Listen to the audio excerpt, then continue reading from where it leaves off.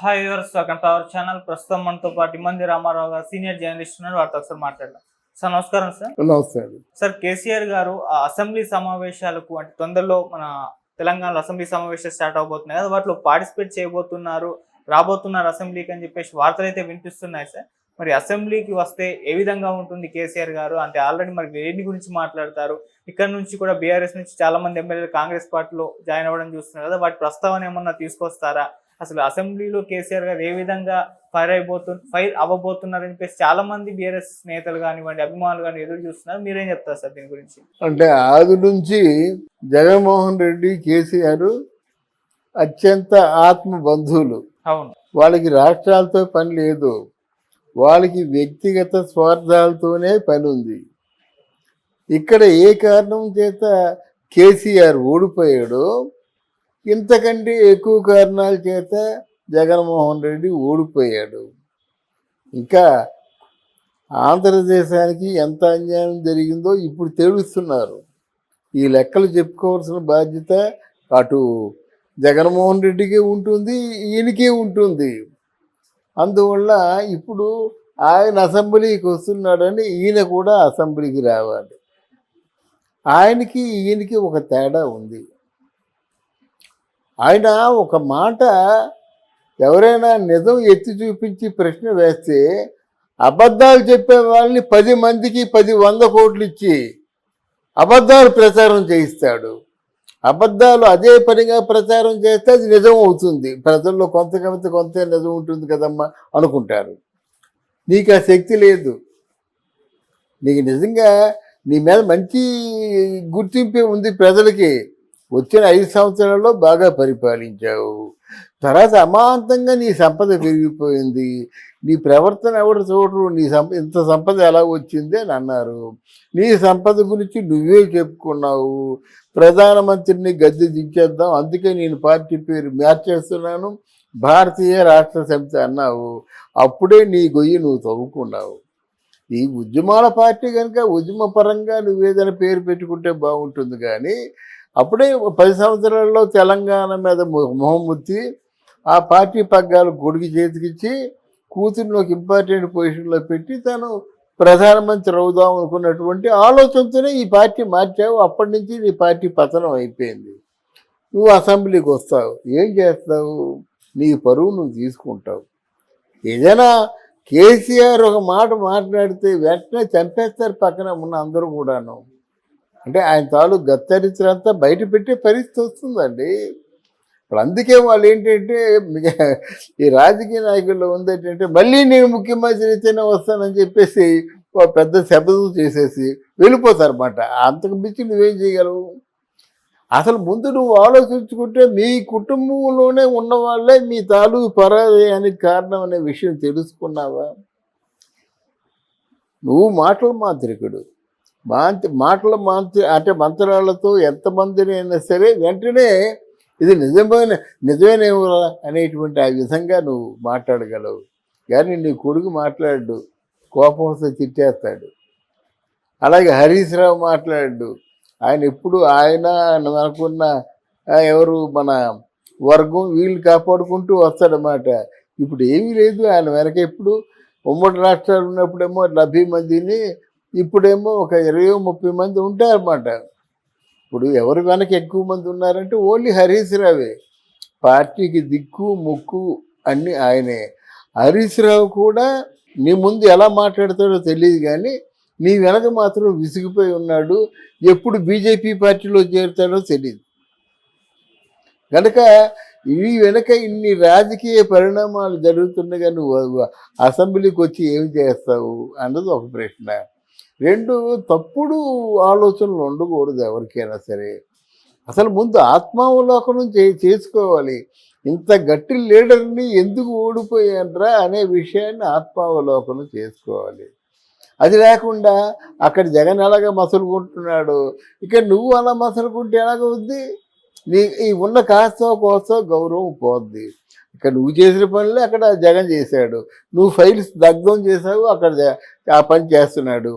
నీ దగ్గర ఉన్నటువంటి అడ్వకేట్స్ అంటే నీ సలహా వర్గం ఉన్నారు చూసారా, వాళ్ళని నువ్వు ఎంత వేసించావో కొంతమంది ఎవరో సుబ్రహ్మణ్యం ఎవరో ఉన్న శ్రీకాంత్ ఎవరు ఉన్నారండి, కొంతమంది ఉన్నారు. వాళ్ళు చెప్పారు, ఇంటర్వ్యూలు ఇచ్చారన్నమాట. తొలి వెలుగు అనే ఒక ఛానల్లో ఇంటర్వ్యూలు ఇచ్చారన్నమాట. మా అమ్మ మా ప్రాణాలు తోడేసేవాడండి, అలా 1000 కోట్లు 1,00,000 కోట్లు బయటికి పోయినాయని వాళ్ళే చెప్పారు పబ్లిక్కి. అంటే నీ తాలూకు గుట్టంతా బట్టబయలైన తర్వాత నువ్వు వచ్చి ఏం చెప్తావు, ఏం మాట్లాడతావు చెప్పు. ఒక ఎవరు హరీష్ రావు ఆగస్టు 15లోగా నువ్వు ఇది రైతు బంధు కార్యక్రమాలు చేయకపోయినట్టయితే నేను రాజకీయాల్లోంచే సన్యాసం తీసుకుంటాను, రాజకీయాలు విరమిస్తానని చెప్పావు. మరి రైతు బంధు ఇచ్చాడు, విరమించేస్తావా? ఇది అనాలోచితంగా ఆవేశంగా మాట్లాడే మాట కాదా? మరి హరీష్ రావు లాంటి వాడే తన తాలూకు ఆలోచనల్ని తను సస్టైన్ చేసుకోలేక బయటపడి ఫెయిల్ అయిపోతున్నాడే. నువ్వెంత? అదే అక్కడ ఆంధ్రదేశంలో జరుగుతున్నటువంటి ఆ పోకడే ఇక్కడ అనుసరిస్తున్నారు, ఇంకా దిగజారిపోతారని నా ఉద్దేశం. అంటే సార్ రేపు మరి కేసీఆర్ గారు రాకతో అసెంబ్లీ సమావేశాలు ఏ విధంగా ఉంటాయంటే, అసెంబ్లీలో ఆయన ఫస్ట్ టైం అడుగు పెడుతున్నారు, ప్రతిపక్ష నేతగా సార్. అవునండి, ప్రతిపక్ష నేతగా వారు సజావుగా సాగిపోతున్నప్పుడు ప్రతిపక్షమే ఉందండి. ఇప్పుడు వాళ్ళు చెప్పినవి కరెక్టే కదా. అక్కడ మేడుగడ్డ ఏదో అది ఉంది, బ్రిడ్జి అది అలాగైపోయింది, 5 అడుగులు లోకి వెళ్ళింది, లేదా మనం బేట్లు ఇచ్చేసింది. వాడు కొంతమంది మాట్లాడుతున్నారు బ్రిడ్జికి బ్యారేజీకి సంబంధం లేకుండా రెండు ఒకటి అనుకొని మాట్లాడుతున్నారు. బ్యారేజ్ అంటే వాటర్ పోయేదాన్ని బ్యారేజ్ అంటారు, వాటర్ పోవడానికి అనుకూలంగా కట్టిందాన్ని. అంటే మరి వాహనాలు మిగతా అన్నీ నడిచి వెళ్ళేందుకు వీలుగా ఉండేవి బ్రిడ్జిలు అంటారు. మరి అది కాకుండా ఆ పార్టీ వాళ్ళే ఏదో ఛానల్లో చూసా, అర్ధరహితంగా మాట్లాడితే ఎలాగ అవుతుంది? అయితే ఇంతవరకు దాని తాలూకు ఆ గుట్టు లాగి ఇంతవరకు దాన్ని రిపేర్ చేసే పరిస్థితి రాలేదు. రేపు ఆ బ్రిడ్జి కూలిపోయింది అనుకోండి, ఎంత ధన నష్టం, ఎంత ప్రాణ నష్టం. ఇవన్నీ ఆలోచించుకోకుండా వీటి మీద మనసు పెట్టకుండా ఊరికి రాజకీయాల మీద మనసు పెడితే ఎలాగండి? వాళ్ళు చెయ్యండి, వీళ్ళు చెయ్యండి, ప్రతిపక్షం కావచ్చు ప్రధాన పక్షం కావచ్చు, వాళ్ళు చేసే పనులైనా ప్రజలకి సంక్షేమాన్ని ఇచ్చేవిగా ఉండాలి, అప్పుడు గుర్తిస్తారు. అంతేగాని వెంటనే అంటే వాళ్ళకి అంతకాలం కష్టపడ్డారు, 10 సంవత్సరాలు వెయిట్ చేసి కాంగ్రెస్ పార్టీ వాళ్ళు ఉన్నారు. వాళ్ళకి 5 సంవత్సరాలు అవకాశం ఇవ్వకపోతే ఎలాగవుతుంది? అంతే కదా. అందువల్ల అంటే పార్టీలో గెలిచి ఇలా పీఠం ఎక్కగానే వాళ్ళని కుప్ప కూల్చేస్తామంటే ఎలాగవుద్ది? ఆ పీఠం ఎక్కగానే పడిపోతుంది ప్రభుత్వం అంటే ఎలాగవుతుంది? ఇక్కడ ఏ పని చేశారో అక్కడ ఆ పని చేస్తున్నాడు. ఒక 50 రోజులు అవ్వకముందు రాష్ట్రపతి పాలన, నువ్వు ఉన్నప్పుడు మొత్తం అన్ని హత్యలే, అన్ని అరాచకాలే, అన్ని కబ్జాలే, అన్ని దోపిడీలే, అన్ని ప్రభుత్వ సంపదనేమో తాకట్టు పెట్టేయడాలే, ఇన్ని ఒక పైశాచిక కార్యక్రమాలు చేసినటువంటి వాళ్ళకి వెంటనే గద్దెంపేస్తే ఏమొస్తుందండి? పోనీ నువ్వు నిజంగా వచ్చి పరిపాలించగలవా? నీ పరిపాలన చేత కాదు, హౌ టు మేక్ మనీ అన్నది ఒకటే నీ చేత. నువ్వు నీ చేత అయింది అని నువ్వు చేశాను, బాగానే ఉంది. హౌ టు మేక్ మనీ అంటే లక్షలాది కోట్ల రూపాయలని దాచుకున్నాను.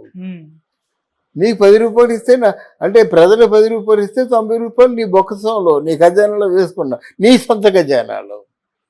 మరి నువ్వు వచ్చి ఏం చేద్దామని నన్ను దించేస్తావు? ఎంతో మొత్తం చాలా దయనీయమైన పరిస్థితుల్లో ఉంటుండగానే ఆంధ్రదేశానికి రాష్ట్రపతి పాలన రాలేదు. అర్థమైందా? ఇప్పుడు ఎలా వస్తుందండి?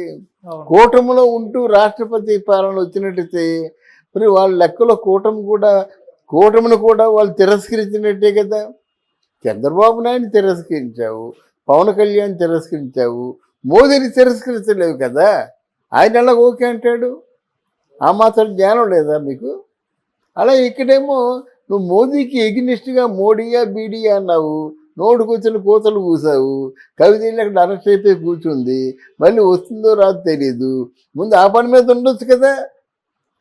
నువ్వు అక్కడ కవిత కష్టాలు పడుతూ అలోమని ఏడుస్తూ మా అప్ప రాలేదు, మా నాన్న రాలేదు అంటుంటే మరి ఆ పని ఎందుకు చూడవు? అని నువ్వు చేసే ప్రయత్నాలన్నీ ఫెయిల్ అయిపోతున్నట్టే కదా. ఎందుకు ఫెయిల్ అయిపోతున్నావు? నీ చేతిలో బలం లేదు కనుక. ఆ మాత్రం ఆలోచిస్తారండి వాళ్ళు. అందువల్ల ఆయన తాలూకు ఏదో ఒక కార్యక్రమం ఏదో అనుకుంటున్నారు, ఏదో వాళ్ళు ఎక్కువగా అనుకుంటున్నారు. వాళ్ళు ఫెయిల్ అవ్వడానికి కారణమే అది. ఓకే. వాళ్ళు ఎక్కువగా ఊహించుకోవడం వల్ల ఫెయిల్ అయ్యారు.